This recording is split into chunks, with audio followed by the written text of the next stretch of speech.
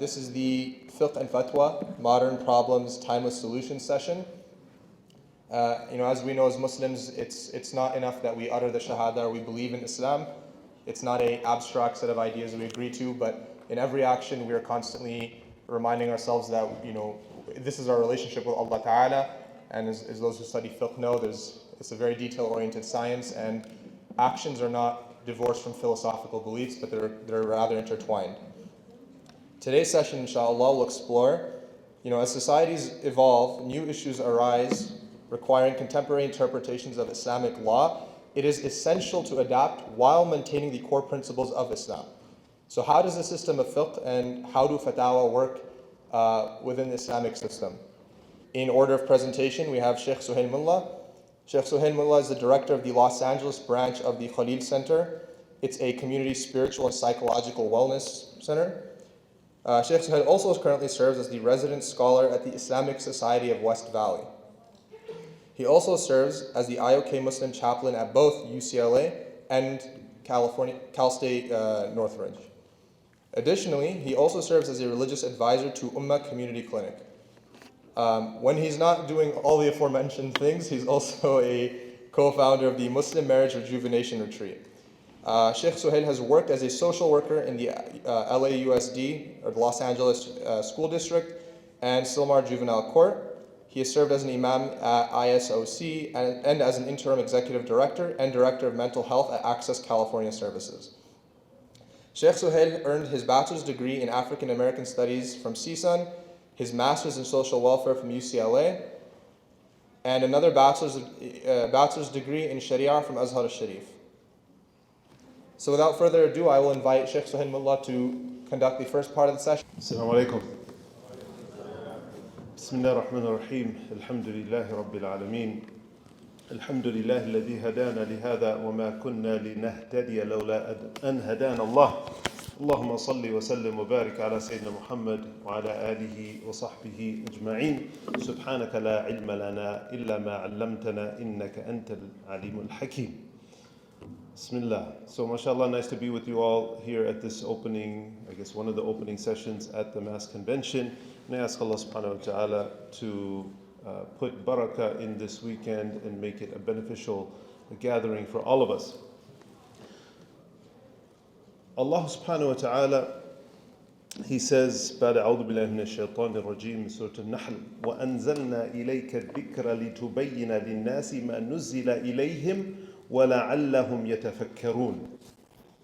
That Allah subhanahu wa ta'ala, He says that we have sent down upon you, O Muhammad sallallahu alayhi wa sallam, al-dhikr, al-Quran, that you may clarify to the people that which has been revealed and that they may contemplate. And so an essential function and part of our deen is understanding our deen. An essential part of us living as Muslims, navigating life, dealing with everyday scenarios, is our responsibility as Muslims, trying to live those everyday life scenarios the way in which Allah subhanahu wa ta'ala wants us to live in this world. And so the Quran is, of course, our source book, is our ultimate guide.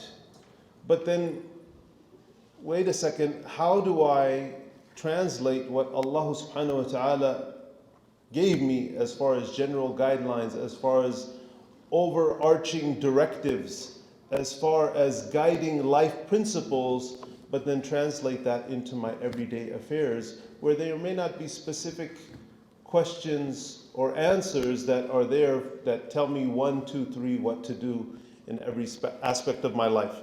And so the scholars throughout history have carved out a path for us to follow as to navigate this reality. And of course that all starts from our beloved Prophet sallallahu alaihi wasallam. And you see again and again and again in the Quran, Allah subhanahu wa ta'ala says, يَسْأَلُونَكَ. They ask you, O Muhammad sallallahu alayhi wasallam. يسألونك عن المحيض. They ask you about the menstrual cycle. يسألونك عن الخمر والميسر. They ask you about alcohol and gambling. يسألونك عن المهلة. They ask you about the stages of the moon and so forth. That the Prophet sallallahu alaihi wasallam, he would be asked. And oftentimes, the Prophet sallallahu alaihi wasallam, he didn't have the answers.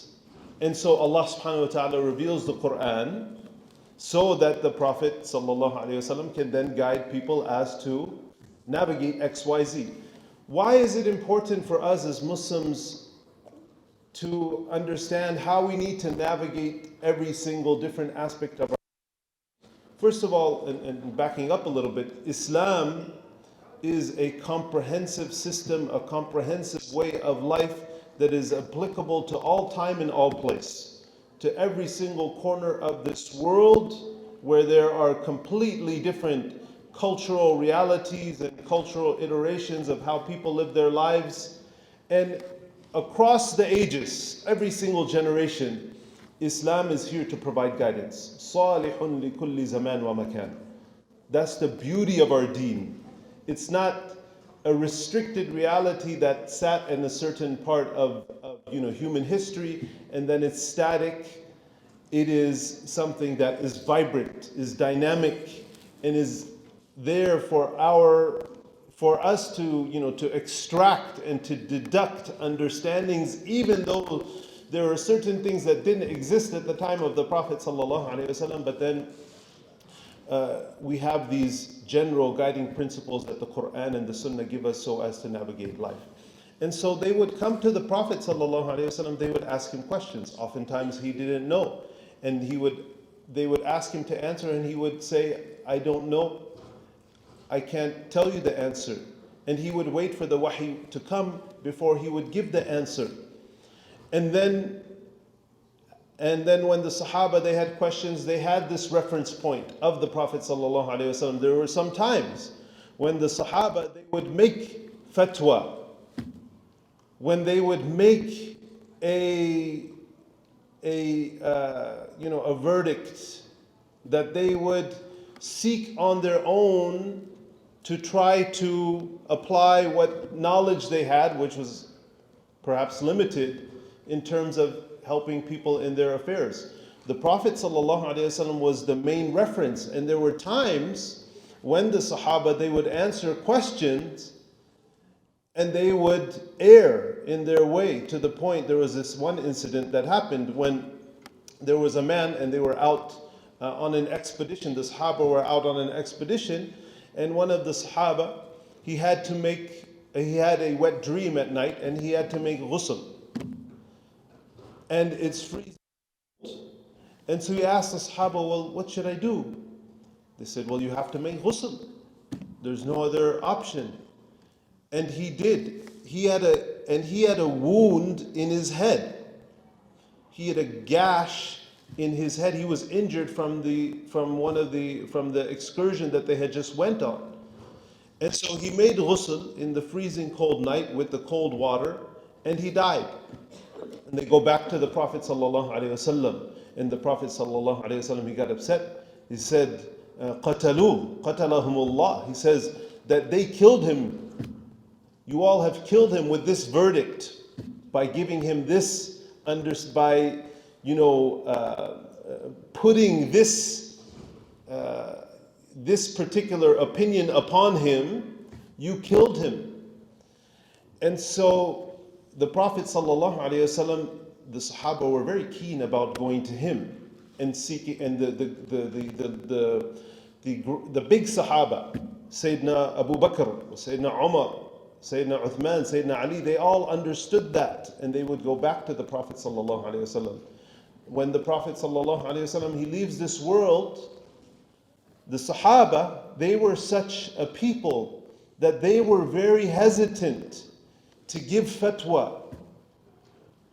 And what is fatwa? Fatwa is giving people an understanding of what Allah subhanahu wa ta'ala's will is for any given situation or scenario. And that's why it was such a scary reality to the Sahaba. I'm speaking on behalf of Allah subhanahu wa ta'ala, and I'm afraid to do that. To the point where one of the tabi'een, the generation after the Sahaba, said, I met 120 of the Sahaba, and they were all afraid to pass judgment, to give me an opinion on a matter, and they would ask the next person, the person next to them, and they would take it to the next person. They would all deflect. They wouldn't answer the question until it would come back all the way around to the first person. Like they were so hesitant. They were afraid of speaking on that which they did not know. Unfortunately, we live in a time, where people are ready to tell you this is halal and this is haram, and they have such limited understanding, but yet they have such audacity to speak in such a way, although we see the Sahaba were completely different. And I'll be honest with you. Years ago, when I first started being active in the community in different ways, and even started giving the khutbah and so forth, when you're a khatib, people come after the khutbah and some oftentimes ask questions.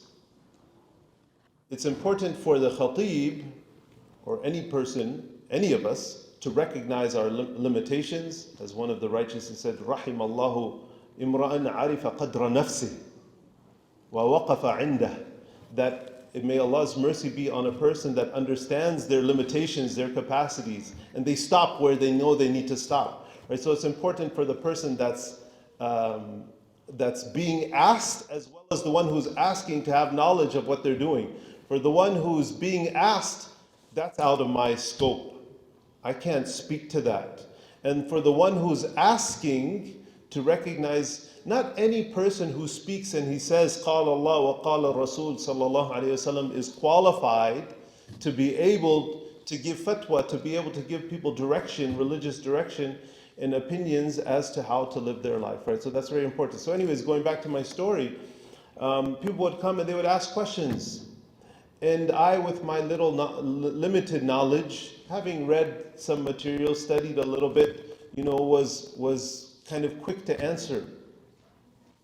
But then years later, fast forward years later, went overseas and studied and did my bachelor's degree in Sharia and all of these things. People would come and ask me the same questions. I said, no, just, I don't know. I'm afraid to answer. Go ask Sheikh Mustafa. Right? And that's how we have to deal with our deen, with this level of integrity, with this level of of hesitation, of just simply throwing out opinions about what Islam is and what Islam says, and especially when it comes to halal and haram. In the Sahaba, they were that way, to the point where it was said to one of the tabi'een, he said to the other people with him, he said, you all are so quick to answer questions when people, and these are people of knowledge, these are people of great knowledge, people who have memorized the Quran, people who have extensive knowledge of the Sunnah. These are people, these are the conversations they're having. You all are so quick to answer the questions of people. If this same mas'ala, if the same issue came up at the time of Sayyidina Umar, he would have gathered the people of Badr, and then they would have come up with a verdict, with a fatwa to fit the situation. When after the Sahaba, you have so many examples of how our scholars, they navigated this very lofty responsibility.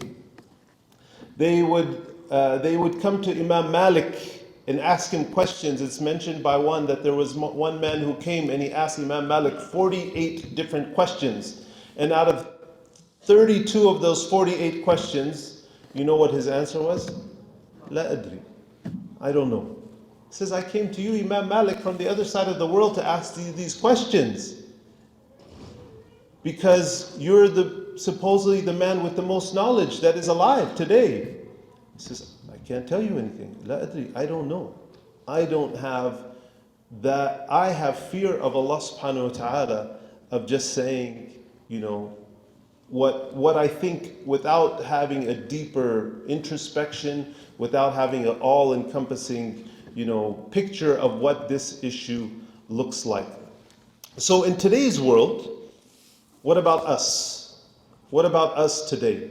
Right? If this was the way of how the Prophet ﷺ himself, the Sahaba, Ridwanullahi ta'ala alayhim ajma'in, may Allah be pleased with them all, with the scholars that came after, rahimallahu ta'ala, all of these incredible people, if this is how they navigated life's challenges and difficulties when they were the learned people, if this is how they navigated things, then what about us? What is our responsibility?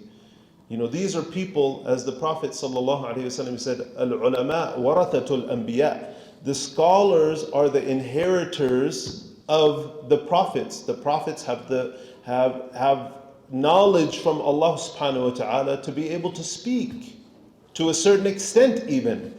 And the scholars, they inherit that reality. If that's their charge, what is our responsibility today as average Muslims living in society, trying to navigate all of these different things that come up in our lives, all of these different realities that unfold in front of our eyes, the changing how society sees gender, and how the different financial transactions, cryptocurrency, and all of these different developments that take place in the business world, all sorts of new developments that take place in the world. What do we do? How do we navigate? So number one, it's important that if this was the way in which the righteous before us, the righteous and the learned before us navigated, then we have to be very conscious and careful about how we navigate our deen, how we negotiate our deen. Do we simply go on Google and type in, what does Islam say about cryptocurrency, and then just from any random website, and we have no idea who is behind that, what the source of that is, what is their belief system even, what is their aqidah? There are, in the Sunni Muslim community, we go back to our sources. You go on the internet and you plug in, so much of what comes up first are from a whole nother perspective. So how do we navigate that? Do we just, like we said, go onto Google and pop in a question? Do we just simply ask, our family members or the elder in our family? Or do we go to people that have the knowledge to speak on these matters? As Allah subhanahu wa ta'ala says, فَاسْأَلُوا أَهْلَ الذِّكْرِ إِن كُنْتُمْ لَا تَعْلَمُونَ. Go and ask the people of knowledge if indeed you do not know. So it's very important for us as Muslims today that we take our deen seriously, we take our relationship with Allah subhanahu wa ta'ala seriously, and we don't simply try to navigate our deen and act based on some very surface level, very flimsy, non-grounded, non-founded sort of information or understandings or research even. If we want to be serious about our deen, then we are very conscious and careful about where we pull our information from, right? About where we get our information from. Recently a question came to me, and it was a sister, and she said, Sheikh, my friend and I are having a debate about prayer. I said, okay, tell me about it. And she says, well, I think that, when I am on my menses, that I should continue my prayer because I'm worshiping Allah, and so it's very interesting that people's understandings of some basic elements of the deen can be very off. Because why? Because then they haven't taken the time to ask, right? The Prophet ﷺ, he said, indeed, the cure for ignorance is the question. If you don't ask, you will never learn. As one of the righteous ones said, that two type of people never learn. They will never gain knowledge. They will never increase themselves in knowledge. Number one, al-mutakabbir, the person who's arrogant. I already know everything. I don't need to ask you anything. Grand Sheikh, who are you? Right? I already know everything. And the second one is al-mustahyi, the person who's too shy. Right? And they're too shy to ask. Our responsibility is to ask, is to learn, is to seek knowledge, and to seek it from the right sources, so that we practice our deen correctly, so that when we meet Allah subhanahu wa ta'ala, we can say, Ya Allah, I lived my life the way you wanted me to live. I did what you wanted me to do.